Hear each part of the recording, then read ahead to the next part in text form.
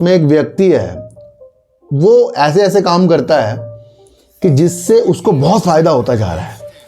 और आपके पड़ोस में एक ऐसा भी व्यक्ति है, बता दूं, जैसे इरड़ा हो गया, एनटीपीसी ग्रीन एनर्जी हो गया, सुजलोन एनर्जी हो गया, एसजेवीएन हो गया, जो नवकरणीय ऊर्जा में कंपनियां वर्क कर रही हैं। मुकेश अंबानी जी हैं और उनकी प्लानिंग धीरे धीरे चलती है। वो एकदम से कुछ चीज़ों को एकदम से सोच नहीं करते। वो क्या करते हैं, धीरे धीरे धीरे धीरे अगर कोई कंपनी बाहर निकल रही है, मतलब कि अडानी विल्मर से बाहर निकल रही है, और जो खरीद रहा है वो कौन खरीद रहा है, तो फिर मैंने उसकी तलाश करनी शुरू कर दी। ब्रांड साल जो गया है ये आपको पता ही है, काफ़ी उतार चढ़ाव के साथ भी गया है। आने वाला साल जो है अच्छे संकेतों के साथ आएगा, और उस अच्छे संकेतों को कौन कौन अपनी एनालाइज से पहचानेगा, सवाल उस बात का है। जो आया है कि वो कह रहे हैं कि भैया ये कंपनी अब बर्बाद हो गई, ख़त्म हो जाएगी, वो हो जाएगी, तो भैया मैं आपकी सोच के हिसाब से वर्क नहीं करता। और मैं आपको बोलता हूँ, जिन्होंने भी कमेंट किया है,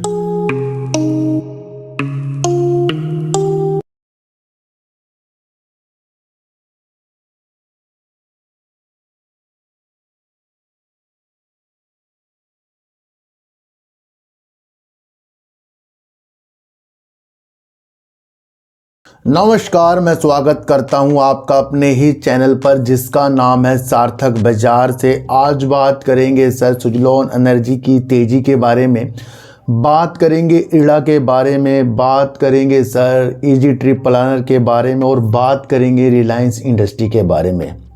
इन सब की बात करने से पहले आप सभी को हाथ जोड़कर नए साल की बहुत बहुत शुभकामनाएं।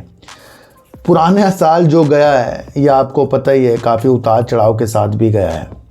आने वाला साल जो है अच्छे संकेतों के साथ आएगा, और उस अच्छे संकेतों को कौन कौन अपनी एनालाइज से पहचानेगा, सवाल उस बात का है। कुछ लोग इस तरीके से आगे की प्रतिक्रिया डालेंगे फिर से कि किसी की टिप्स में काम करना है, किसी के कहने में कुछ खरीदना है, और कुछ लोग अब समझ जाएंगे क्योंकि 2024 के एंड में उन्होंने क्या खोया क्या पाया वो अपने प्रॉफिट एंड लॉस से देख सकते हैं। इसलिए जो भी चीज़ें होती हैं उसे समझने में वर्क करें और अपने द्वारा ही काम करने की इच्छा आगे के लिए करें। यहाँ आपको सिर्फ समझना है, आगे की प्रतिक्रिया को बनाना है। तो इस साल हम तमन्ना रखेंगे कि हम सब फिर से अपनी एनालाइज को अच्छा करेंगे, किसी की बातों में नहीं आएंगे और अपने द्वारा ही वर्क बाजार के अंदर करेंगे। तो फिर से आपको हाथ जोड़कर नए साल की शुभकामनाएं, और सबके सब भी मुझे भी कमेंट के द्वारा शुभकामनाएं दें तो अच्छा लगेगा। कल मैंने आपके लिए अडानी विल्मर पे इसलिए वीडियो बनाई कि काफ़ी लोग चिंतित हो गए थे, और काफ़ी लोग इसलिए चिंतित हो गए थे कि गौतम अडानी जी इस कंपनी से बाहर निकल रहे हैं। मैंने फिर सोचा कि भैया इतने बड़े ग्रुप से अगर कोई कंपनी बाहर निकल रही है, मतलब कि अडानी विल्मर से बाहर निकल रही है, और जो खरीद रहा है वो कौन खरीद रहा है, तो फिर मैंने उसकी तलाश करनी शुरू कर दी। ब्रांड के बारे में हमें पता ही है, फॉर्चून ब्रांड इनका बड़ा बेस्ट है, और आगे के जो भी ये काम कर रहे हैं वो भी हमें सबको पता ही है, जो न्यूज़ के द्वारा पता लगा सकते हैं। फिर भी कुछ लोग अडानी जी के हटने से इस कंपनी से बड़े परेशान हो गए, और फिर मैंने सोचा कि जहाँ लोग वीडियो बना रहे हैं इस एग्ज़िट करने के ऊपर कि अब तबाह हो गया, ये हो गया, वो हो गया, फिर मैंने तलाश करी और फिर मैंने विल्मर इंटरनेशनल की चीज़ों को देखा, कंपनी के फंडामेंटल को चेक किया और आपके लिए वीडियो बनाई। और मैं बताऊं 99% लोगों को वो वीडियो समझ में आई है।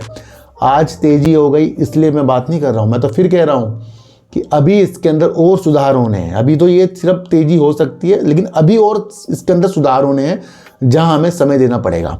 फिर भी एक कमेंट जो आया है कि वो कह रहे हैं कि भैया ये कंपनी अब बर्बाद हो गई, ख़त्म हो जाएगी, वो हो जाएगी, तो भैया मैं आपकी सोच के हिसाब से वर्क नहीं करता। और मैं आपको बोलता हूँ, जिन्होंने भी कमेंट किया है वो मेरे सोच के हिसाब से काम ना करें।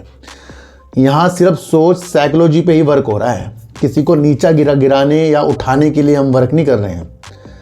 वो जो चीज़ें हो जाती हैं वो फ्यूचर में हमें देखनी है, और मैं उसका इंतज़ार करूँगा। वहाँ पर देखेंगे कि कौन गलत है कौन सही है।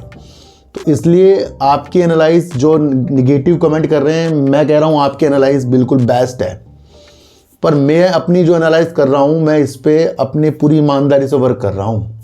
मैं सिर्फ एक शब्द में आपको चीज़ें नहीं समझा रहा हूँ, मैं तो वो चीज़ें समझा रहा हूँ जो है, एक्चुअल है, उसके बारे में बता रहा हूँ। तो इस पर भी आपको समझकर चलना। इजी ट्रिप प्लानर जो एक कंपनी है, इसके ऊपर पहले भी मेरी जो भी चीज़ें गई हैं, इसकी चीज़ों को समझाने के लिए उद्देश्य से ही गई हैं। मुझे इस कंपनी के अंदर जो इसका वर्क है, मुझे ऐसा लगता है कि ये जो काम है, ये कोई भी अगर पैसा हो तो ये कर सकता है इस काम को। कुछ ज़्यादा बड़ा काम नहीं है भाई, टिकट बुक करना, ये करना, ट्रिप की प्लानिंग करना, ये ऐसा काम है, ये कोई भी कंपनी कर सकती है। और जब इस ज़माने में डिजिटलकरण ज़्यादा है, ध्यान रखना कि इस वक्त डिजिटल जो है ज़्यादा है और सब अपना रोज़गार बनाने के उद्देश्य से हैं, तो कोई ना कोई माइंडेड आदमी फिर से निकलेगा, वो फिर अपनी कंपनी बनाएगा। तो वो ये प्रतिस्पर्धा वाला काम हो गया है देखने को।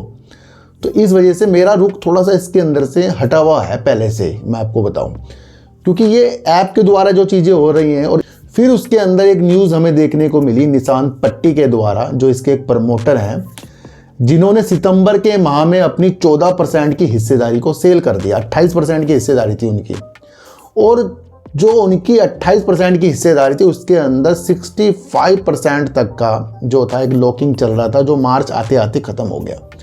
तो उन्होंने अपनी 14% की हिस्सेदारी को सितंबर में निकाल दिया। यहाँ से आपको शेयरों के अंदर फिर से गिरावट देखने को मिली। फिर कंपनी अपने द्वारा जो भी चीज़ें लाई, बोनस लाई है, उसके द्वारा फिर लोगों की दिलचस्पी इस कंपनी के अंदर बढ़ी है। अब एक न्यूज़ जो कल मैंने आपको बताई, कुछ लोग उसे समझे नहीं हैं।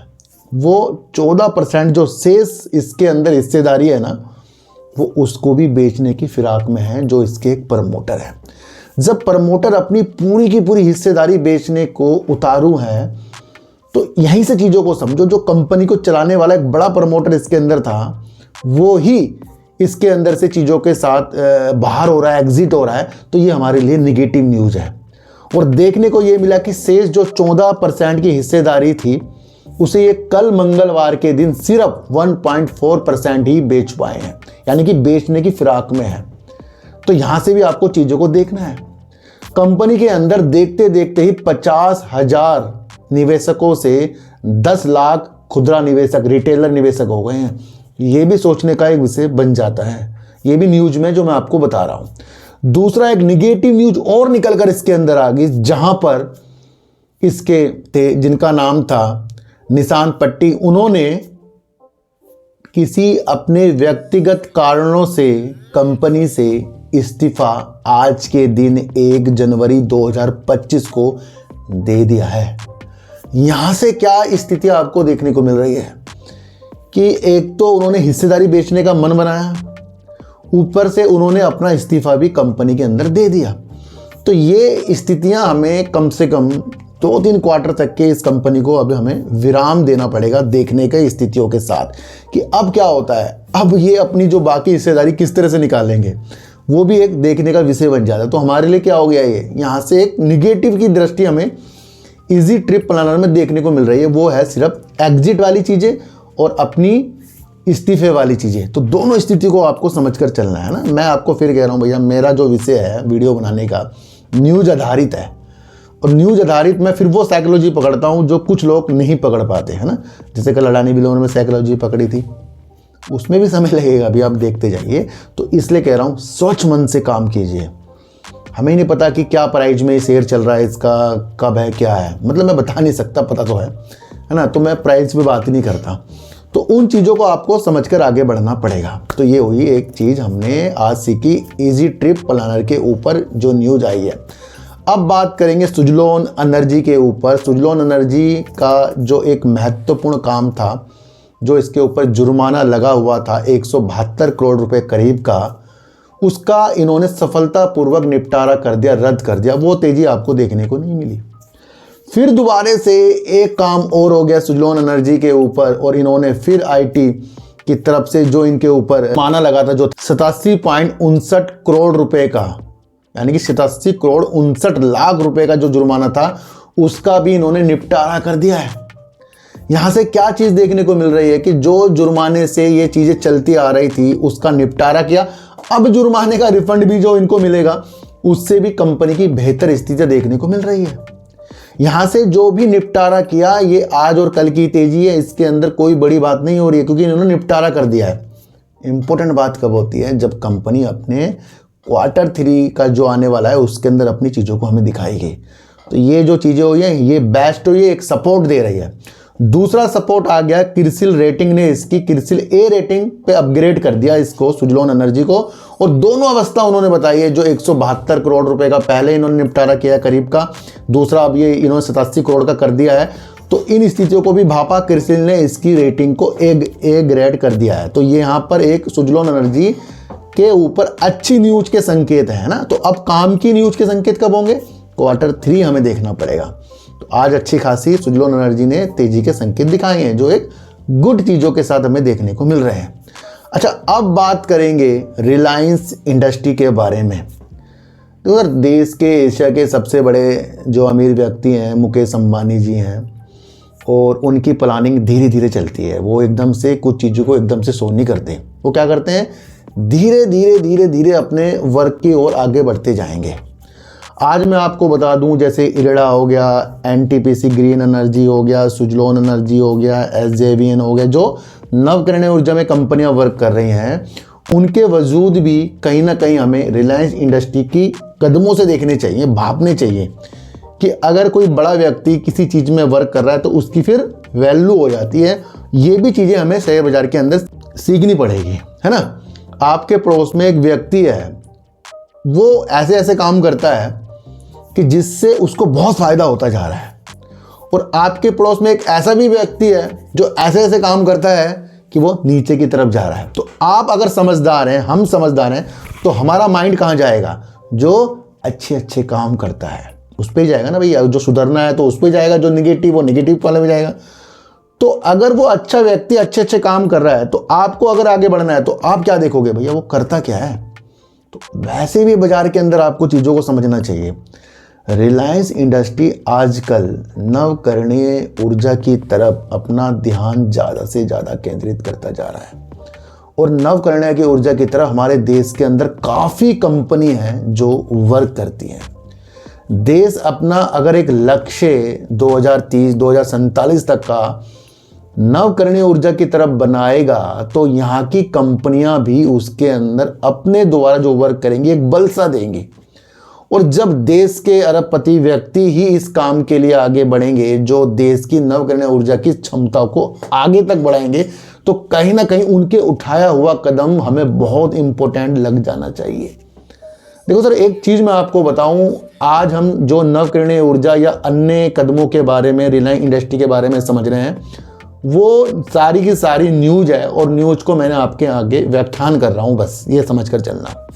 वैसे मैं आपको बताऊं, रिलायंस इंडस्ट्री ने जैसे ही अपना बोनस दिया और कुछ अपना थोड़ा हल्का तेजी, फिर गिरावट जो शुरू हुई है, तो उसके बाद से काफ़ी लोगों ने ऐसी वीडियो भी बनाई है, भैया बेच कर निकल जाओ, रिलायंस इंडस्ट्री तो शेयर गिरता जा रहा है, यहाँ तक कि गिर जाएगा। मैं आपको फिर बता रहा हूँ, जब रिलायंस इंडस्ट्री का शेयर गिर रहा था तो मैंने अपने दूसरे चैनल पर एक वीडियो बनाई थी। हम उन मार्गदर्शन जो कर रहे हैं बड़े लोग, उनके ऊपर उंगली उठा रहे हैं जो देश के अरबपति व्यक्ति हैं, अमीर व्यक्ति हैं, जो अपने बिजनेस से ही आगे बढ़े हैं। अगर उनके शेयरों के अंदर गिरावट आ रही है, तो क्या उनके अंदर के काम के वजूद हैं वो खराब हो गए हैं? तो हमें एक वो भी दृष्टि देखनी है, इसलिए मैंने आपके लिए वो वीडियो बनाई थी। आज जो मैं बना रहा हूँ नवकरणीय ऊर्जा के क्षेत्र के लिए बना रहा हूँ। जो ये 5 साल हमारे बीत गए हैं ना, ये जो हमारे 5 साल बीत गए हैं, और मुकेश अंबानी जी के भी 5 साल बीत गए हैं। मुकेश अंबानी की अगुवाई वाली कंपनी जो है रिलायंस इंडस्ट्री जो है, बीते 5 साल के अंदर उन्होंने करीब $13 अरब के अधिग्रहण उन्होंने किए हैं। क्या समझे इससे? बीते 5 साल के अंदर अपनी क्षमताओं को बढ़ाने के लिए उन्होंने $13 अरब के अधिग्रहण किए हैं, ताकि वो अपनी क्षमता को ज़्यादा से ज़्यादा आगे की तरफ बढ़ा सकें। अब इन अधिग्रहण के अंदर सबसे पहला नाम आता है नवकरणीय ऊर्जा का, यानी कि रिन्यूएबल एनर्जी का। फिर उसके बाद नाम आता है आपका दूर संचार के क्षेत्रों का। फिर आता है रिटेलर और मीडिया के क्षेत्र में। इन्होंने इस तरीके के 5 साल के अंदर बड़े बड़े अधिग्रहण इन्होंने किए हैं। तो यहाँ से जब पहला नाम नवकरणीय ऊर्जा का निकल कर आ रहा है, तो उसके अंदर इन्होंने करीब अधिग्रहण करने के लिए $1.7 अरब तक के खर्च किए हैं। मॉर्गन स्टैनली की रिपोर्ट के अनुसार मैं आपको एक चीज़ बता रहा हूँ, चीज़ों को समझना, कि तेल और पेट्रोकेमिकल के अपने बिजनेस से ध्यान थोड़ा सा हटाकर, तेल और पेट्रोकेमिकल इनका मुख्य काम है। अब 5 साल के अंदर इससे इन्होंने थोड़ा सा अपना दिमाग हटाया और अपना दिमाग ले गए ये नवकरणीय ऊर्जा की तरफ। यहां से क्या संकेत मिल रहा है कि देश का अरब व्यक्ति जब नवकरणीय ऊर्जा की तरफ अपनी चीजों को देख रहा है तो कहीं ना कहीं वो एक वैल्यूएबल चीज है। तो ये भी आप समझ कर चलना। पिछले 5 साल के अंदर सबसे बड़ा अधिग्रहण, ये चीज भी आप समझना, एक अलग क्षेत्र पर इन्होंने किया है, जो है मीडिया के क्षेत्र पे है, जो केबल टीवी ऑपरेटर है, जो इंटरनेट की सेवाएं भी देता है, हैथवे केबल, उसके अंदर भी इन्होंने अधिग्रहण करना, और डेटाकॉम का भी एक बड़ा अधिग्रहण किया जो करीब 98.1 करोड़ डॉलर का था। अधिग्रहण में इन्होंने 5 साल के अंदर सबसे ज़्यादा अपना 98.1 करोड़ डॉलर तक का अधिग्रहण के लिए निवेश की चीज़ों के साथ बढ़े हैं। तो कंपनी अपनी स्थितियों को एक तो मीडिया के क्षेत्र में, इंटरनेट के क्षेत्र में, दूरसंचार के क्षेत्र में और नवकरणीय के क्षेत्र में बढ़ाती जा रही है। तो ये काफ़ी इम्पोर्टेंट चीज़ें हमें देखने को इनके पिछले 5 साल का जो डाटा है उसे देखने के अंदर मिल रही है। अब एक बात और हम समझेंगे, कंपनी ने, रिलायंस इंडस्ट्री ने अपनी नवकरणीय ऊर्जा का एक बजट बनाया है और वो बजट है 75,000 करोड़ का। उस बजट में से भी करीब 50 से 60% तक के इन्होंने नवकरणीय ऊर्जा के संयंत्र प्लांट के लिए अधिग्रहण खर्च कर दिए इन्होंने बनाने के लिए, जिस प्लांट के अंदर सोलर का काम होगा, सौर ऊर्जा का काम होगा, दूसरा बैटरी का, और तीसरा अन्य जो हरित की स्रोतें होते हैं उसके ऊपर ये वर्क करेंगे, जहां से रिन्यूएबल एनर्जी की तरफ आगे बढ़ने की मंशा बना रहे हैं। तो 75,000 करोड़ में से एक बड़ा हिस्सा 50 से 60% का इन्होंने पहले ही निवेश कर दिया है, और ये कर रहे हैं गुजरात के जामनगर में। तो ये भी आप चीजें समझ कर चलना। जो ये इन्वेस्ट करते जा रहे हैं 2025 की पहली तिमाही के अंदर, ये जो इनकी परियोजना है, सोलर पे जो परियोजना है, वो भी पहले चरण की शुरू होने की स्थितियों के साथ है, जो होगी 20 गीगावाट की। जो पहला चरण है उसको ये स्टार्ट करने की स्थितियों के साथ है। रिलायंस इंडस्ट्री जो बता रहा है वित्त वर्ष 2027 तक ये अपनी क्षमता को सौर ऊर्जा पर 20 गीगावाट तक के बना लेगा। और आप एक चीज समझो, वित्त वर्ष 2030 तक ये अपनी अक्षय ऊर्जा की क्षमता को 100 गीगावाट तक के रिलायंस ग्रुप बना लेगा। ये एक छोटा काम नहीं हो रहा है, ये अंदरूनी तरफ से काम कर रहे हैं, बस शो नहीं करते हमें अंदर, है ना।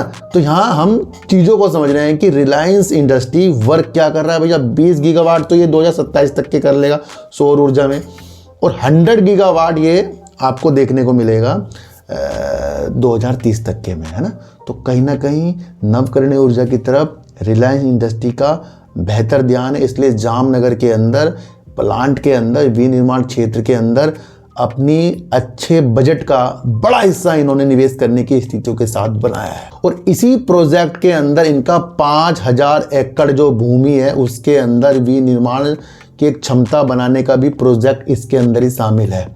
और अन्य इन प्रोजेक्ट के अंदर और 5 इस तरह की नवकरणीय की ऊर्जा की जो इनकी फैक्ट्रियां होंगी वो भी समर्पित है अक्षय ऊर्जा के लिए। तो 5 और अन्य पर भी वर्क कर रहे हैं, और धीरे धीरे फिर ये अधिग्रहण के माध्यम से, फैक्ट्रियों के माध्यम से अपनी क्षमता को बढ़ाने के लिए अधिग्रहण करके भी आगे बढ़ रहा है। तो रिलायंस इंडस्ट्री यहाँ पर नवकरणीय ऊर्जा क्षेत्र के अंदर एक बेहतर संकेत हमें दिखा रहा है। देखो सर, मेरे वीडियो बनाने का माध्यम तो एक ऐसा है कि जो समझदार व्यक्ति इस चीज़ के एनालाइज करे कि हम जो बात कर रहे हैं, ना तो हमने प्राइस की बात करी है, ना हमने एक ऐसी बात करी कि यहाँ खरीदें वहाँ बेचें। हमने बात की है कि रिलायंस इंडस्ट्री का शेयर गिरे या भागे, उस कंपनी के अंदर के जो मालिक हैं, उसके जो कंपनी के जो एम्प्लॉयज़ हैं, कंपनी का पूरा मैनेजमेंट है, किस चीज़ के ऊपर वर्क कर रहा है, हम उसकी चीज़ों के एक विस्तार कर रहे हैं। तो यहाँ से आपको वैल्यूबल चीज़ मिल रही है, समझने वाली चीज़। और जो समझ कर ही आगे बढ़ेगा भैया, वही तो आगे अच्छी तरह कुछ करके आएगा ना। तो समझने पे ज़्यादा दिमाग लगाइए, टिप्स से थोड़ा सा दूर रहिए और न्यूज़ सबके सामने आती है उसके एनालाइज करना सीखिए। और मैं तो आपको वो चीज़ें सिखा ही रहा हूँ सर। तो यहाँ हमने 5 साल का खाका जो बीत गया है रिलायंस इंडस्ट्री का, वो चीज़ें सीखी और उसकी क्षमता क्या क्या है, आगे जाकर किस फैक्ट्री के लिए वर्क कर रहा है, कहाँ पर कर रहा है, क्यों कर रहा है, किस लिए कर रहा है, उन सारी चीज़ों को आज हमने रिलायंस इंडस्ट्री के द्वारा समझ लिया। और रिलायंस इंडस्ट्री जब अपनी क्षमता को 100 गीगावाट तक के अक्षय ऊर्जा में करने के लिए तैयार है, तो और कंपनियां भी आप देखो कि किस किस कंपनी कौन कौन चीज़ों के साथ वर्क करती है। अब एक कंपनी का नाम आ रहा है IRDA, Indian energy development agency के ऊपर अगर हम बात करें, जिसका नाम है इरडा। वो आज अपने Q3 का उन्होंने अपडेट दिया और कंपनी ने ये कहा है कि उन्होंने पिछले साल की तुलना में इस बार 2 गुना ऋण को स्वीकृत किया। यानी कि पिछले बार जो इन्होंने जितना ऋण दिया था, मतलब स्वीकृत किया था, उसका डबल कर दिया इस Q3 के अंदर। यहाँ से एक चीज़ देखने को आपको मिल रही है, जिस चीज़ के ऊपर कंपनी वर्क करती है उसका ही अपडेट वो दे रही है। यानी कि जो कंपनी हरित ऊर्जा की एक फाइनेंस कंपनी है जो हरित ऊर्जा की परियोजना पे अपना लोन देती है, तो वो अपने लोन की स्थितियों को हमारे सामने रख रही है। तो ये इसका एक मुख्य काम है, जहां पर वो 2 गुना हो गए पिछले साल से। दिसंबर तिमाही की चीज़ों के साथ अगर हम 2023 की तुलना करें 3 महीने की, तो उस वक्त जो इनकी ऋण स्वीकृत किए गए थे वो थे करीब 13,558 करोड़। और दिसंबर 2000 ये जो 24 चल रहा है, अब ये तीसरा क्वार्टर आने वाला है, तो इसके अंदर इन्होंने जो लोन स्वीकृत किए हैं 3 महीने के अंदर 31,087 करोड़ के। तो ये 2 गुना तो वैसे भी यहीं से ही दिख रहा है, और वैसे भी इन्होंने पिछले साल की तुलना में 2 गुना कर दिए हैं इस बार। यहाँ से कंपनी के पास जो बुक साइज हो गया है वो करीब 69,000 करोड़ रुपए करीब का हो गया है, जो लोन बुक इनके पास है। यहाँ से कंपनी की मंशा, सबसे पहले तो यही चीज़ लगा लो कि देश के अंदर नवकरणीय ऊर्जा की स्थितियाँ बढ़ती जाएंगी, तो जिनको पैसों की ज़रूरत है, जो वर्क कर रही हैं, तो सबसे पहले किसका दरवाज़ा खटखटाएगी? इरडा का खटखटाएगी। अब ये तो है नहीं कि जो नवकरणीय ऊर्जा के लिए ही लोन दे रहा है उसको दरवाज़ा ना खटखटा कर कुछ कंपनियां उसका दरवाज़ा खटखटाएं जो हम जैसे छोटे मोटे लोगों को लोन देता है। कभी नहीं होगा ऐसे। तो ये एकमात्र कंपनी है जो हरित ऊर्जा की तरफ लोन प्रोवाइड करता है। तो देश के अंदर जब इरडा कंपनी एक ऐसी है जो यहाँ की परिस्थितियों को अपने लोन के द्वारा बता रही है कि 2 गुना हो गए हैं, तो यानी कि देश के अंदर नवकरणीय ऊर्जा की तरफ काम तेजी के साथ चल रहा है। और सोलर रूफटॉप के लिए भी कंपनी रिटेल सेक्टर में भी काम करने के लिए पहले इसने हमें चीज़ों को साथ बताया। तो इन कंपनियों के अंदर आगे जाकर स्थितियाँ इनके काम के द्वारा हमें देखनी चाहिए। तो जो एक थीम चल रही है, जब हम थीम ही नहीं पकड़ पाएंगे तो हम कुछ नहीं पकड़ पाएंगे। अडानी विलोर के अंदर एक थीम है, जो पकड़ेगा पाएगा, जो नहीं पकड़ेगा वो खोएगा। सुजलोन में भी थीम है, इरडा में भी थीम है, रिलायंस इंडस्ट्री में भी थीम है। और रिलायंस इंडस्ट्री में से जब जियो बाहर निकलेगा, यानी कि इनका IPO है ना, इस साल आने की तमन्ना है जियो की। आ भी सकता है इस साल, क्योंकि कंपनी ने कहा था कि हम 2025 में अपना IPO लाएंगे, जो एक टेलीकॉम का इनका एक बिजनेस है जियो के द्वारा, है ना। तो देश के एक बड़े कंपनी है जियो, तो उसका भी IPO आने के लिए कभी भी ये चीज़ें बता सकते हैं, अभी समय नहीं बताया। अच्छा, एक मैं और बात बताऊं, इरडा ने 4500 करोड़ रुपए QIP के माध्यम से जुटाने के लिए भी मंजूरी दे दी है, पर अभी तक के इसकी समय सीमा नहीं बताई है। तो वो भी आगे जाकर आपको देखने को मिलेंगे, है ना। तो ये थी इरडा की कहानी, जहाँ पर इसने अपनी लोन ग्रोथ को डबल कर दिया है। उस स्थितियों से आज हमने देखा कि ट्रिप प्लानर के अंदर से ही प्रमोटर जब अपना माल एग्जिट करके और इस्तीफा देकर निकल रहे हैं, तो वो क्या स्थितियां हैं, तो हमें थोड़ा सा सुधरने में इसको समय देना पड़ेगा। सुजलोन एनर्जी ने 2 पेनल्टियों का निपटारा जो कर दिया, और फिर क्रिस्टल की अपग्रेड से उसके अंदर आज तेजी के संकेत हैं। रिलायंस इंडस्ट्री ने अपने 5 साल की चीज़ें जो हमें नवकरणीय ऊर्जा और अन्य चीज़ों के अंदर दिखाई, और तेल और पेट्रोकेमिकल से ध्यान हटाकर नवकरणीय ऊर्जा की तरफ बढ़ा रहा है, तो इसमें भी कुछ संकेत हैं, उस संकेत को हमें देखना है। और मैं अपनी एनालाइज अपने द्वारा करता हूँ, इसलिए कुछ को पसंद आती है, कुछ को नहीं आती है, और जिनको नहीं आती है मैं उनसे भी हाथ जोड़कर कह रहा हूँ, एक बार गौर से समझें चीज़ों को हम कहना क्या चाह रहे हैं। तो सर किसी को भी खरीदने बेचने की सलाह बिल्कुल भी नहीं है, मैं आपको इतनी सी एक बात बता दूं।